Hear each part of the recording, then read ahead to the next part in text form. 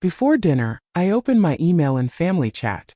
There a photo with the caption "Going to your place," and a charge to my card for party supplies. I put tea in my reusable Starbucks cup and took out the trash. A fresh HOA newsletter about guest car parking was lying in the driveway. A neighbor waved from his car and asked about the weather. A typical suburban morning. Opened the mail and saw a notice from Chase. Charge via Zelle $186. Destination: party supplies. The sender is my brother Dan. I didn't authorize it. In the note he wrote, "Your place today. Family time." I reread it. He didn't ask. He did. In the room, my daughter, her name is Emma, was finishing up a scholarship application. She needed to upload a video, a volunteer report, and a final budget. The deadline was tomorrow 9 o'clock. She sat at the kitchen table, folders organized by color, headphones around her neck. I set a container of sliced apples next to her. Said, "The internet will be yours. I'm going to turn everything off." I poke at the router. It's quiet. 10:12 my mom calls. Her voice is soft and stringy. "We thought we'd get together at your place," she says. "You have a spacious living room. Dad needs a distraction. You understand his heart." "Not today," I reply. "Emma is preparing the materials." "Do the right thing," Mom adds. "We are family. It won't be long." I glance at my watch. The HOA prohibits street parking without guest stickers. I have 2. In our family of guests, there are usually 10 cars. Text from Dan. "Already at Costco. I'll get ice and disposable dishes. Venmo back." I don't answer. I turn off autopay on his Zelle number. I save the screenshot. At noon, a reminder from Verizon. "AT&T family plan? No. You're on Verizon." I grinned. I have a family plan with my mom and dad still hanging on as temporary. 3 years as temporary. I opened the app. Limited the traffic on their devices to 1 gigabyte. Easy. Fact. Emma's checking the camera. I'm holding the lamp. The neighbor's lawnmower starts the engine. I close the window. It doesn't get quiet, but the noise is steady. I can live with that. At 1:07 there's a knock at the door. Dad is standing on the porch with a box of brownies. Dan drags a Bluetooth speaker the size of a suitcase. Mom follows them, holding my spare button from the garage. "We're already here." "Don't make a scene," Mom says. "Don't make a scene." "You didn't warn me," I say. "You can't do it today." "It's a couple hours," Dad smiles. "You always make things so complicated." They come through. Dan puts the speaker on the sideboard, plugs it into my network, asks for the password.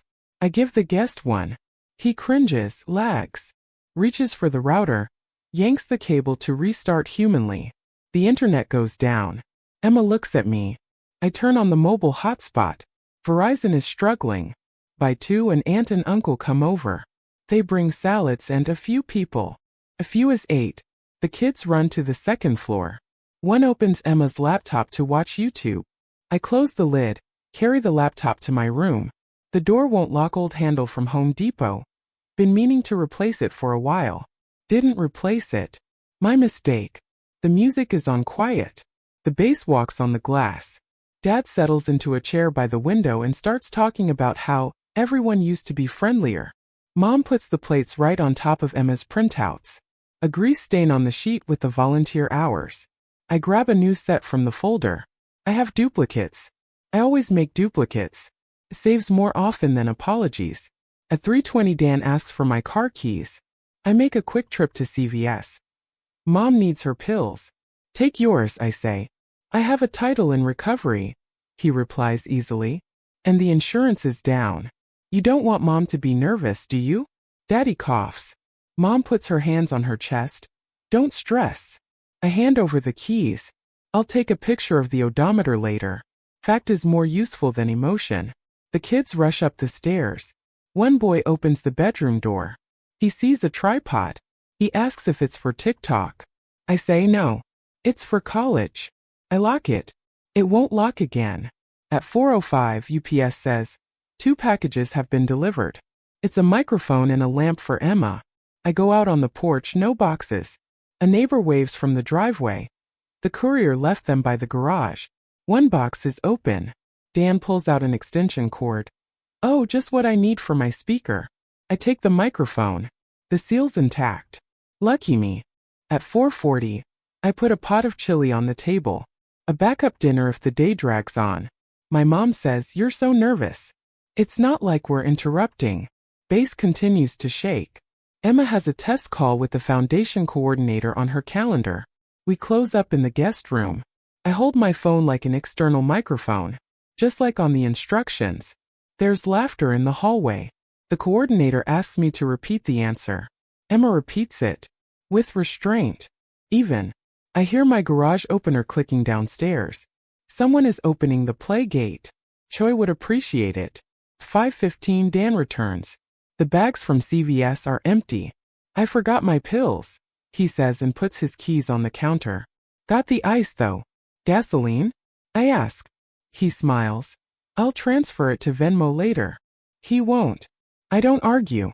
By 6 p.m., Mom calls from the kitchen. Mia, will you pay for the delivery from the pizza place? We're at your place anyway. Do the right thing. I've got chili, I reply. It's ready. People want real food, my aunt says. Don't skimp on the guests. Dad adds. We're family. I open the Chase app and see a second request from Dan and Zell. Ice plus gas plus tips 74. I reject it. I save the screenshot. I hang Emma's schedule sheet on the fridge. Filing time, upload time, deadline. I use a marker to circle 9 a.m. in big letters. In English. So everyone can get it. At 7:30, the music is still quiet. Mom turns on the family photos on the TV. There's Emma in kindergarten, us at the beach, Daddy fishing. Warm pictures, a comfortable past. The present is noisy and sticky. Emma goes to her room, closes the door with her shoulder. I sit on the edge of the bed and check the list. Microphone yes, lights yes, duplicate documents yes, copies of volunteer hours yes, reserve on flash drive yes. At 8:05 my mom comes up to me. You've gone cold. It's your rules. Relax at least for tonight.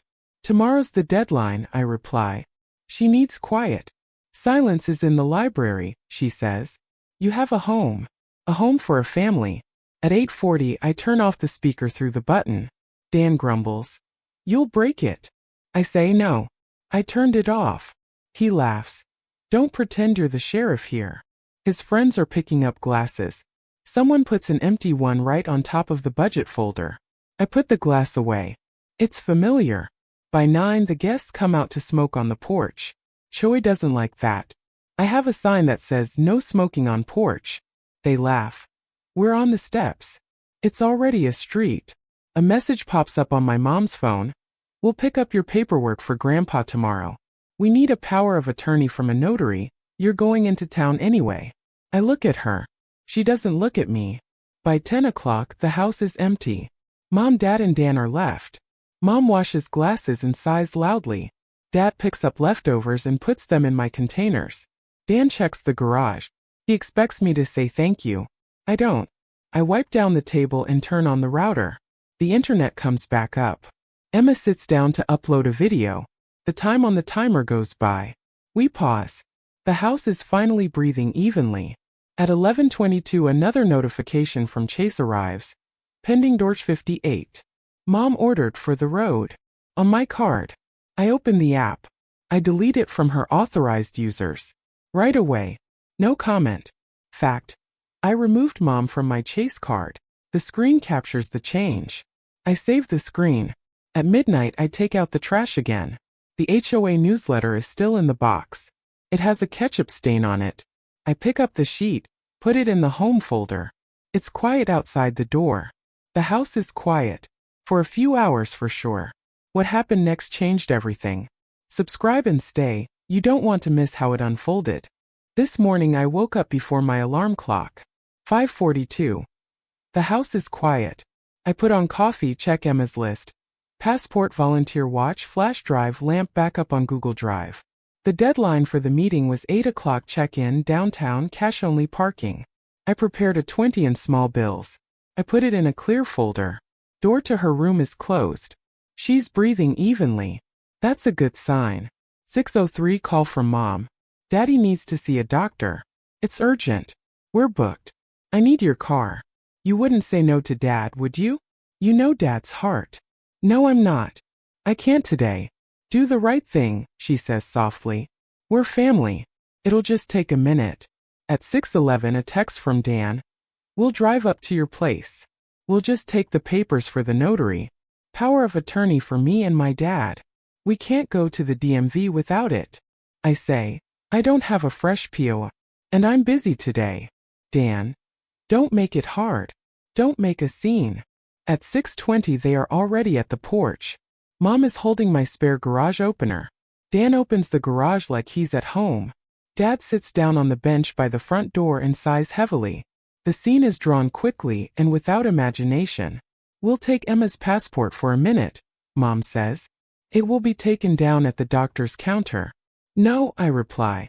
She needs it now. Dan smiles. You're always dramatizing. We'll take it, we'll bring it back. Everything's under control.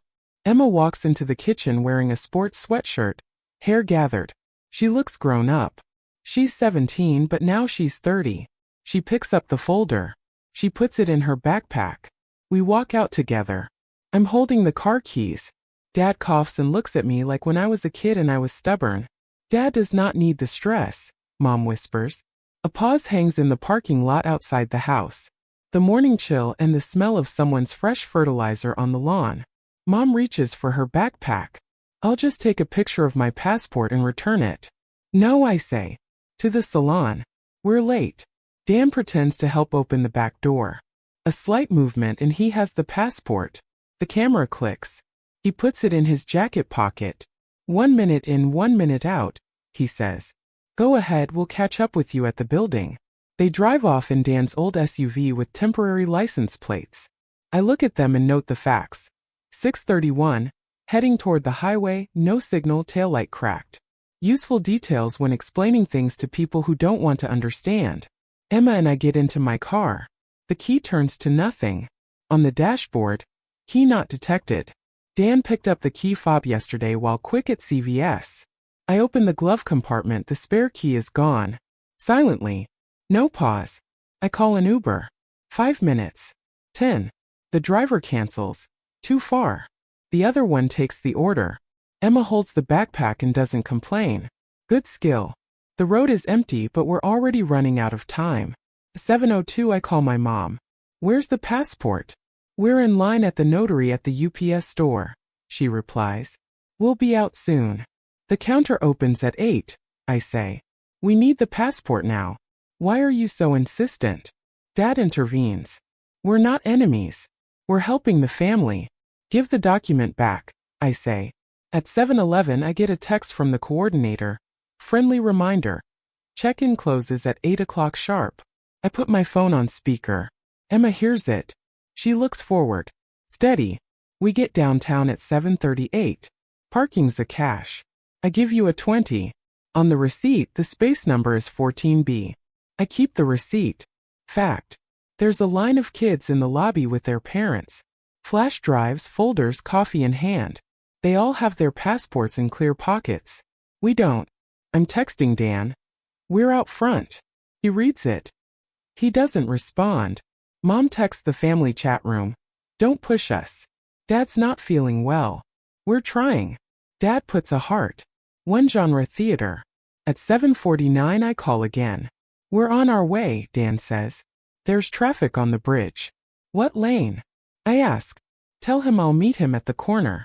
Relax, he says. Everything's under control. At 7:51 I open the Verizon app. I turn off their hotspot access. They're driving without navigation. This isn't revenge. It's a boundary. I don't have to pay for their convenience while they hold my child's ID. There's a confirmation on the screen. I take a screenshot. At 7:54 I go into Chase and turn off Zelle for Dan's inbox. At Wells Fargo I have an old safe deposit box. I set a reminder to take my originals out of there and move them to B of A closer to home. Short solutions. Facts. At 7:56 I text the coordinator. We're at the entrance. Passport is on its way. The response. The rules are the same for everyone. 8 o'clock is tough. Straight up. Honest. I respect a direct rejection more than I respect my family's smiles. At 7:58, Dan sends a photo. He's at the UPS notary with his dad. In the shot is the stamp, the POA form, my maiden autograph that someone printed off a copy of an old document. He writes, "Need your signature. Come right after their check-in." Is it fake? Emma asks. Her voice is steady. More like an attempt, I reply. I'll fix it. At 8 o'clock, the guard closes the chopper. He's polite. He says the text he has said hundreds of times. The line is closed. You can email the office. We step aside. Emma doesn't cry. Neither do I. At 8:03, a call from my mom. We're going to make it, she says sweetly. Don't get worked up. We're almost there. The door is closed, I say. Pause. Nothing. At 8:07, I look up at the schedule above the counter. Under late policy, there are 4 lines. Short ones. I take a picture. I love facts that fit on one screen. At 8:12, an email arrives in Emma's inbox. We did not see you at check-in. Your application is withdrawn per policy. Black and white text. No smiley faces. Good business acrimony.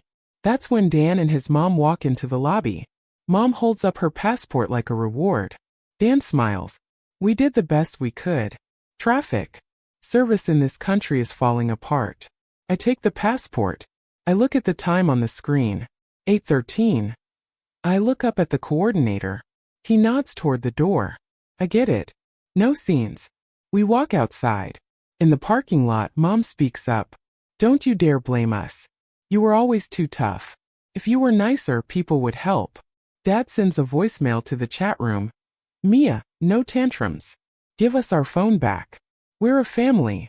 Dan adds. And transfer the gas money. You understand. I stand outside my car and note the fact. I have the key fob. I find a second one hidden in the medicine cabinet. I lock the car. I get in with Emma. I lock the doors. Silently, I open my phone and make 4 movements.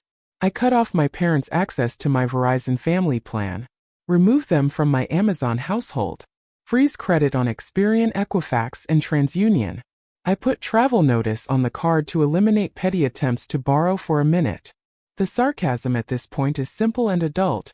They call it family help. I call it interest-free lending with no consent. At my age, it's ridiculous to keep an open till tomorrow. We're going home. Emma's quiet. Neither do I. I pull into my cul-de-sac. A neighbor waves from the driveway. I nod. In the mailbox is an envelope from my insurance. Annual policy update. About time. At home I make 3 more moves. At Chase I delete Mom as an authorized user and turn on alerts for every transaction. At B of A, I run stop payment on all family recurring. At Verizon I change the password and turn off the eSIM on Mom's phone. The phone rings without pause. Do the right thing, Mom texts. We just asked for a minute. Dad does not need the stress, Dad adds. You're driving him crazy. You'll sign it at the notary's tomorrow, Dan demands. And don't forget the gas. I answer once, no, and I put the phone on mute. Emma sits at her desk. There's an email on the screen. She stares at it like it's a closed door. I take a piece of paper and write it down: date, time, events, names. Short. Clear. No emotion. It's not a manifesto. It's a protocol. At noon I drive to the UPS notary. I take a number. I ask to see the morning log. The notary tells me that Mom and Dan have already been in. They are trying to file a POA for all bank transactions and signing rights at the DMV. I ask for a copy of their application. They don't give me a copy but show me that the document is without my live signature. Good. That's good enough. Next up, Bank of America.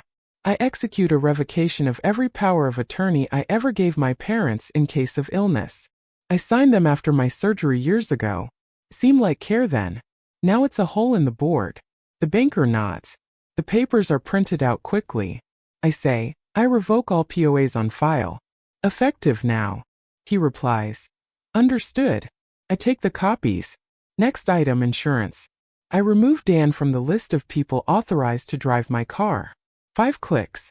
Effective immediately. The girl at the call center says, leave it as is until the end of the month. I say no. Today. Period. Home. Quiet. On the desk is a folder of receipts from the last year. DoorDash for the road, Mom's gas, Dad's pharmacy, Dan's Costco. I categorize them. The sum comes out ugly. I don't round it up. I don't write household expenses. I write transfers without consent. At 3 o'clock in the afternoon, my mom stands on the porch. No call. What are you doing? Her voice rises. We can't get on Verizon. Dad's without internet. Are you trying to punish us? I stop the payment, I say. Pay it yourself. We are family. She almost hisses. Do the right thing. I did, I say. The right thing for my daughter. Dan gets on speakerphone from the car. Put it back the way it was. And go to the bank tomorrow. Sign it. And don't embarrass yourself in front of people. I close the door. The deadbolt clicks. A simple sound that the elders dislike the most. At 5:40 a.m. letter from the committee arrives. You can appeal if you think there has been a force majeure. The deadline is 48 hours. I read it twice. Fact, not a promise. I save the letter and put it in a new folder. Appeal. The phone rings again. In the family chat room are pictures from UPS Notary. Mom smiling, Dad holding a pen, Dan showing his thumb. The caption under the photo is, "We did our best. The rest is on you." On me. It's a convenient design. I turn off notifications. I put the phone screen down. I go to the kitchen. I take out a pot of chili. I heat it up. Emma eats in silence. So do I. It's a quiet moment in the house. Not because everything's okay. Because I'm not explaining anymore. At 8:12, the mailbox clicks open. A FedEx courier leaves a thick envelope. On it is handwritten, Scholarship Committee official notice. I place the envelope on the desk. I don't open it. Emma looks at it. Then at me. I nod. We don't speak. This is the moment. The fact on the table. The air has grown heavy, like before a thunderstorm. Not one extra word. This is the climax. Everything you've been waiting for is right here. Subscribe now to see the hero put everyone in their place. I opened the FedEx envelope this morning.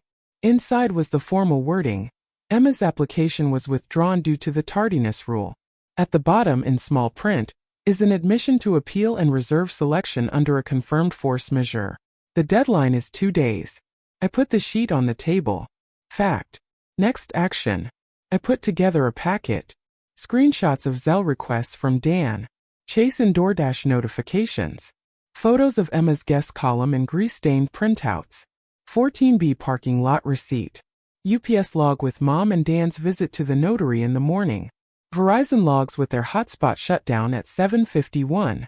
Turnstile closing time 8 o'clock pictured from the lobby. Passport in Mom's hands 8:13 on screen. All in one PDF. The file name is simple. Timeline in PDF. I took Emma to the committee office. No talking. Parking lot cash again. I had a cash. We walked in smoothly. I put the folder on the coordinator's desk. Said one sentence. These are the facts. He read the first letter and asked me to wait. We sat in the hallway. I could hear the printer. Thoughts didn't get in the way. Silence is also a tool. 20 minutes later he came back. The policy is tough, he said. But we have a backup selection. I'm not making any promises. Accepted the appeal. Good, I replied. Emma nodded. No thank you, no excuses. We walked out. On the way home I stopped by the notary. Filed a form to revoke any powers of attorney (POA) over my banking and DMV affairs. I put a note on the form that said, any POAs previously issued are considered invalid. The notary looked at me carefully.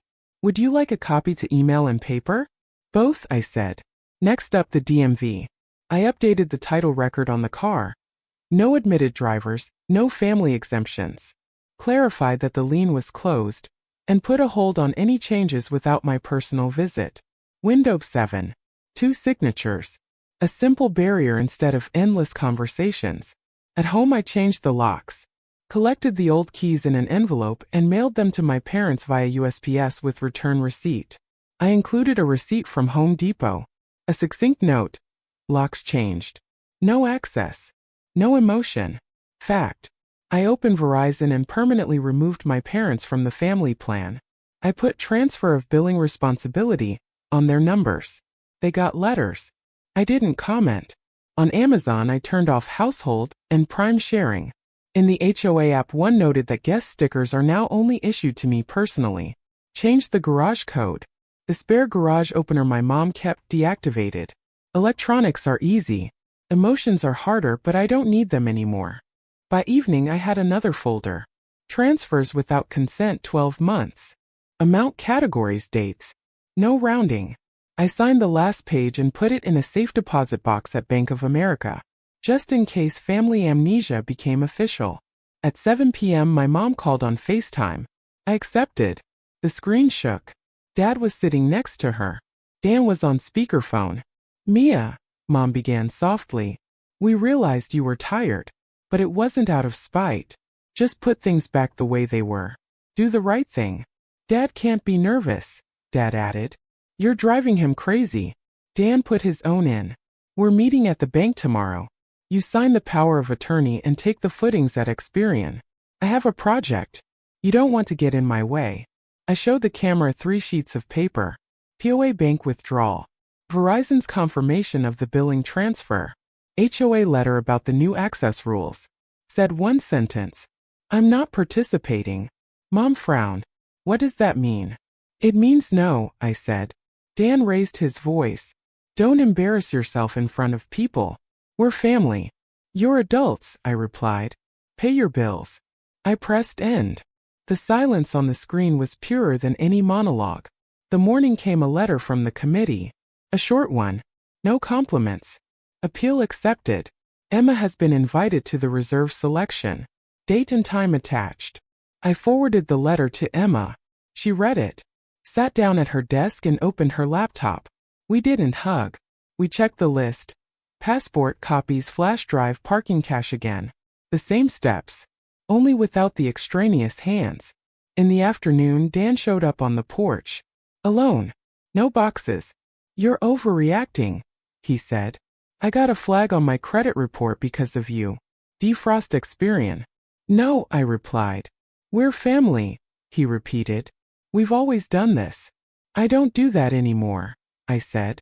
Paperwork is through a lawyer. Correspondence by email. He looked at me like I was a stranger. It was convenient to think of me as a resource. Deprivation of convenience always looks like resentment. He left, slamming the car door loudly. The door cracked before I could say no. I made 2 more calls. To Emma's school, updated emergency contacts. Just me and our family doctor. Parents were removed. At my parents' clinic, removed myself as the responsible party on the bill. Bills to patient. The receptionist asked for a reason. I said, change of responsibility. That was it. That evening, I left a thermos of tea for Emma on the kitchen table. Next to it, a clear folder ready for backup. The house was quiet. The phone lay screen down. Notifications were off. A neighbor waved from the driveway. I nodded. No speech. No moralizing. I just stepped out of my old role. The system behind the door creaked on its own.